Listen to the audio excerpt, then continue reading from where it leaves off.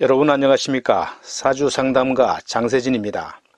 현재 진행하고 있는 십성에 대한 영상은 기본 성향, 심리구조, 간명하는 법 순으로 이렇게 3단계로 나눠서 진행할 계획입니다.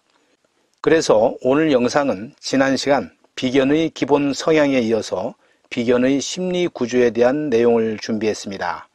오늘 영상 놓치지 마시고요. 보시기 전에 구독, 좋아요 부탁드리겠습니다. 사주 영상을 장기적으로 올리는데 큰 힘이 됩니다. 비견의 심리 구조를 깊이 숙지하기는 어려운 분야라서 이해하는 수준으로 편하게 들으시기 바랍니다. 그러나 본 영상을 보시기 전에는 비견의 기초 과정을 반드시 듣고 비견의 기본 개념을 정리하신 후 보실 것을 권합니다. 비견은 일간과 같은 음양오행이 되면 이에 해당한다고 보시면 됩니다. 서로 음양이 같기 때문에 자석처럼 서로 밀치는 성향이 있습니다. 비견의 성분을 인간관계에 대입하게 되면 나와 같은 성별과 같은 등급에 해당하는 사람들이 여기에 해당합니다. 즉 구체적으로 보면 형제, 자매, 사촌, 팔촌, 동성친구, 동창생 등이 여기에 해당합니다. 좀 더 사회적으로 확대 해석을 하게 되면 동업자, 직장 동료도 여기에 포함시킬 수 있습니다. 비견의 성격을 가진 사물은 홀로 서 있는 것, 전주, 철탑, 석탑, 기둥, 기본 골격, 타워, 운동기구, 정자나무 등 단독적인 것들이 비견이라고 분류하면 틀리지 않습니다. 기초편에서도 언급했습니다마는 비견의 심리는 독립성, 자주성, 자존심, 주동적인 것을 함유하고 있습니다. 좀 더 확장을 해보면 굳세지만 무모하지 않고 생각하면서 바로 행동하며 자기 의견을 굽히지 않고 용맹합니다. 또 단독적으로 행동하지만 무모하지는 않고 자발적이고 자주적인 입장이며 굳건합니다.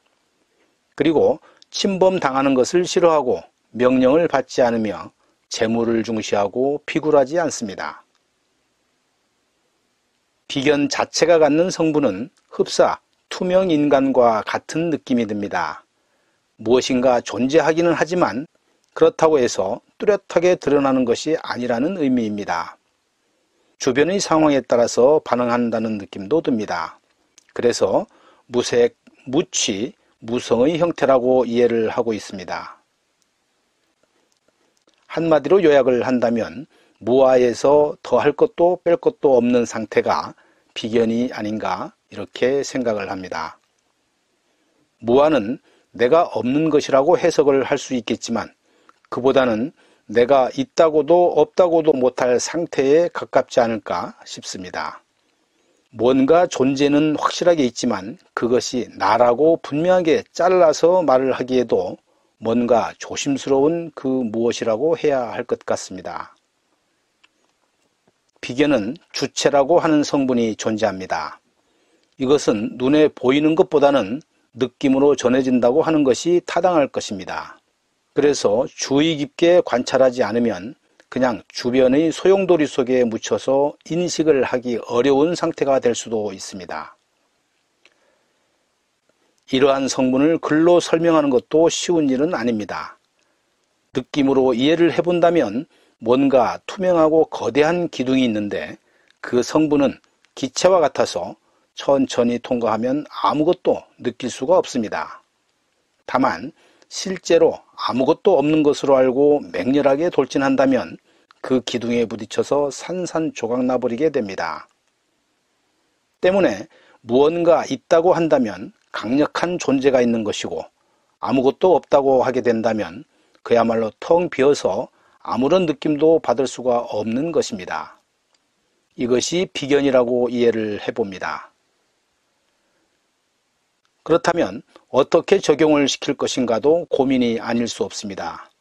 실제로 사주 간명에서 비견이 들어올 때 앞에서의 설명처럼 당신은 무색 투명한 사람과 같습니다 라고 하면 듣는 사람은 무슨 의미인지 이해를 못하고 의아해 할 것입니다.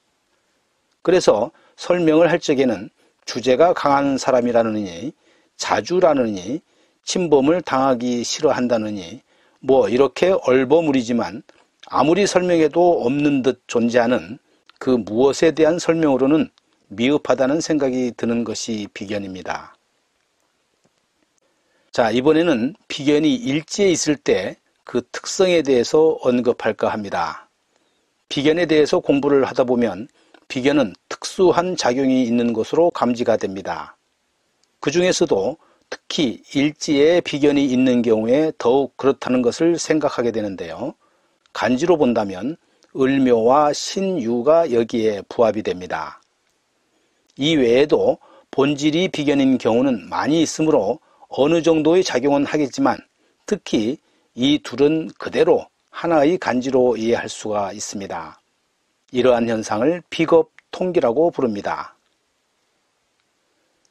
지장간에 있는 성분이 어느 정도 영향은 미치겠지만 작용하는 간지를 본다면 제1순위로는 을묘와 신유가 되는데 이 두 간지는 비겁통기 중에서도 가장 최우선으로 작용이 나타나게 되는 구성입니다. 그 다음의 2순위는 갑인과 경신으로 비록 지장간에 각각 식신이 들어있기는 하지만 그래도 1순위에 버금가는 작용이 나타나게 됩니다. 그 다음의 3순위는 임자와 병호가 되는데요. 비록 순수한 한 가지의 오행으로 구성은 되어 있지만 서로 음양이 다르기 때문에 그만큼의 변수가 있다고 보면 됩니다. 그리고 지장간의 변수가 서로 달라서 다소 복잡한 구성을 갖고 있는 비겁통기의 성분은 정사, 무진, 무술, 기축, 기미, 개해 등 6가지의 경우가 여기에 해당합니다. 그러므로 이러한 비겁통기의 작용도 전체의 20%를 차지하기 때문에 가볍게 볼 수 없을 정도의 비중이 있습니다. 이들은 일지로 통하는 큰 터널이 형성되어 있습니다. 즉 다른 간지와는 다르게 일지와 일간의 거리가 별 차이가 없을 정도로 바짝 붙어 있거나 혹은 긴밀한 연락망이 구축되어 있다고 보는 것입니다. 그야말로 광통신 케이블로 연결이 되어 있어서 서로 떨어져 있다는 생각을 할 수 없을 정도입니다. 이것이 비견의 일지와의 관계입니다. 이것을 어떻게 활용할 것인가에 대해서는 뒤에 육식갑자, 즉 일주론에서 설명하도록 하겠습니다. 그런데 중요한 것은 일지에 비견이 있을 경우에만 그렇다고 하는 것입니다. 이것은 마치 투명한 유리를 두 겹으로 놓은 것과 같다고 이해를 할 수 있습니다. 다른 십성은 나름대로 고유한 색이 있기 때문에 겹치게 되면 혼합이 되는 그 무엇이 있는 데에 비해서 비견은 투명한 성분이어서 애초에 두 겹을 포개 놓아도 겉으로 드러나는 별다른 조짐은 보이지 않는 것으로 이해를 합니다. 자, 그렇다면 비견이 월간이나 시간에 있는 경우도 같을까? 물론 그러한 경우에 대해서도 관찰을 많이 해보는데요. 이러한 경우에는 조금은 다릅니다. 즉 광케이블이 아니고 구리 케이블이라고 이해를 해보면 무리가 없을 것입니다. 즉 비견은 비견이지만 속도의 면에서 차이가 나게 되는 것입니다. 모든 경우의 간지가 이와 같이 신속한 구조로 되어 있다고 이해를 하게 되는데요. 특히 비견을 두고 이렇게 언급하는 것은 비견이 투명한 성분이기 때문입니다. 이렇게 구분을 해야 하는 것은 월지나 시지에 있는 성분이 마치 월간이나 시간에 있는 것처럼 신속하게 반응을 한다는 것으로 이해하기 위해서입니다. 연간에 다른 성분이 있을 경우와 비교를 한다면 일지가 비견일 경우에 월등히 빠른 반응을 보인다는 것입니다. 이러한 의미로 일지 비견의 특수한 경우라고 이해하시기 바랍니다. 자, 그럼 사주팔자에 비견이 많거나 없는 경우를 살펴보겠습니다. 비견이 많다는 것은 3글자 이상이 있을 경우를 생각하면 됩니다. 반면에 없다는 것은 한 글자도 보이지 않을 경우를 말합니다. 비견이 많으면 그만큼 사회에 적응할 수 있는 성분이 부족하다는 이야기가 되고 그야말로 투명체가 되는 것입니다. 그러니까 세상살이에서는 그만큼 뒤질 가능성이 많음을 의미하게 됩니다. 즉, 자신의 고집만 갖고 세상에 적응하지 못하는 현상이 발생할 수도 있고, 독불장군이 되어서 남의 말에는 귀를 기울이지 않고 자신의 주장이 최선이라는 고집을 피우는 형태가 될 수도 있습니다. 이러한 성분이 나타나면 주변의 사람들도 그 사람을 무시할 것이고, 그만큼 세상에서 적응하기가 어려울 것이므로 이는 비견이 많아서 일어나는 작용입니다. 그리고 비견이 전혀 없는 사주라면 주체성이 없고 자존심도 없는 형태가 되어서 주변의 글자에 따라 반응을 하겠지만 적어도 자신의 독자적인 틀이라는 경계를 갖기는 어렵습니다. 저희 상담 경험상 비견이 전혀 없는 분들도 상당했는데요. 이들 역시 자존심이 상당히 약한 편이었습니다.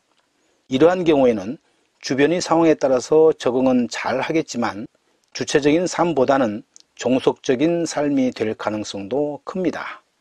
자, 오늘 준비한 영상은 여기까지입니다. 나가시기 전에 화면 오른쪽 하단에 있는 빨간 구독 버튼을 눌러주시면 고맙겠습니다. 지금까지 비견의 심리구조에 대한 영상이었습니다. 다음에는 비견 감명하는 법을 준비하겠습니다. 끝까지 시청해 주셔서 감사합니다.